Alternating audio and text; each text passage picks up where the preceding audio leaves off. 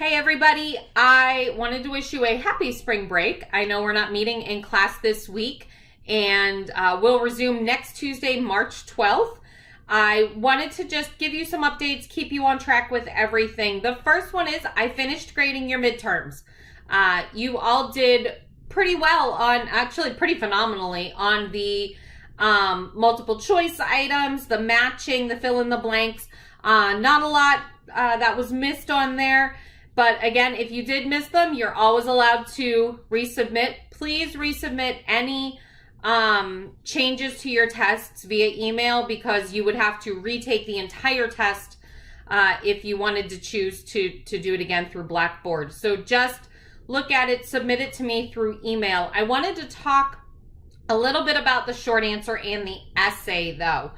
Most of us got full credit on Maslow and Bloom. If you didn't, you failed to make the connection between the two, and where Bloom's taxonomy fits on Maslow's hierarchy of needs was something I was really looking forward in that.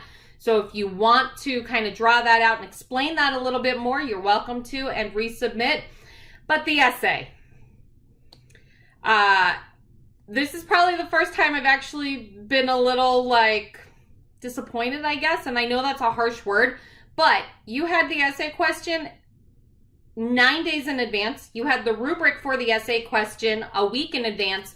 And I'm fairly certain the majority of you did not look at the rubric. So I'm going to show you where it is because there were a few of you who got absolutely no credit for the essay.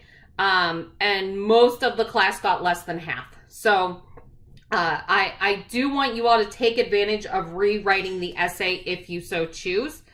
So go into the course content. That's where it is. It's in the exam folder. And if you look, there is the tab here for the midterm essay rubric. And if you scroll, you have to provide me with at least 2 positive, specific outcomes of the Abecedarian study. An overwhelming majority of you assumed that the Abecedarian study was a preschool program. It is not. I will give you that information. Please don't call it a preschool program. It is not. It was a study based on an intervention. You need to give 2 specific outcomes. You also need to give 2 specific outcomes of Head Start. Don't just say Head Start was a good thing. The Abecedarian study was a good thing. Then this last part down here, the student draws specific comparisons between the two and how they impact what we know about the effect of early childhood education on poverty. I am looking for something deep, not just they both mean good things and early childhood is our ticket out of poverty. Peace, America. That is what you guys gave me. I am expecting more. And the reason I am kind of being really stern on this is because the final assignment you have for this class is a research paper. And given the quality of work that I got on the midterm, I'm very nervous for all of you moving towards the research presentation that is due on April 30th. You have to have a draft of that essay to me on April 25th, which sounds really far away, but it isn't that much. So, and that is a very big chunk of your grade.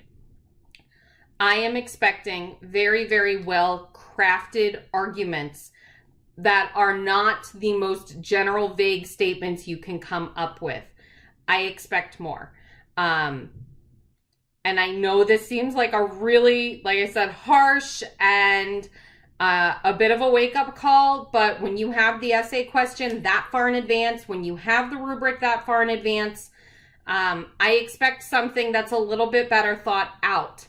So you had the essay question, which is this prompt right here. How can early childhood education help close the achievement gap that occurs as a result of poverty? These were your guiding questions that were in here. What do these outcomes have in common? What are those outcomes was the point that most of you missed. And right here where it says, this second question is an evaluation. I apologize to the two of you who thought I meant you had to explain what evaluation meant. I am looking for you to form a judgment on how early childhood education can have an effect on the poverty-based achievement gap. And don't just say it's a good thing. Tell me why. Tell me how. Be specific. We are all lacking as a whole on being very specific. So I apologize again for the kind of stern talking to. I'm really hoping that most of you take advantage of the opportunity to rewrite this essay. And if you think I'm coming down hard on this essay, please know that this is to prep you for the research paper you have to write for the end of this class. I expect very well thought out conclusions. And I expect you to express those clearly in writing. So with that said, sorry to be like a total downer on your spring break.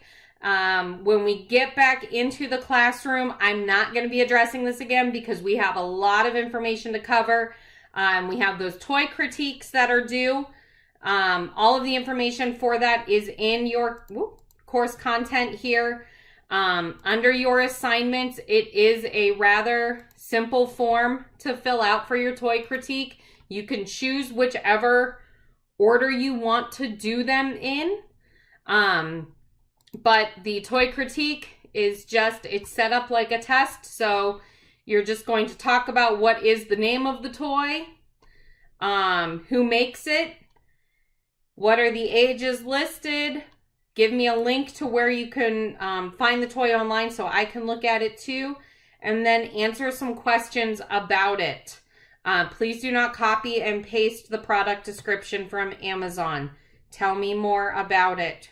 This requires you to either go to Walmart and play around in the toy aisle or use toys that you have at home, at your workplace. If you're having trouble finding a children's toy, let me know.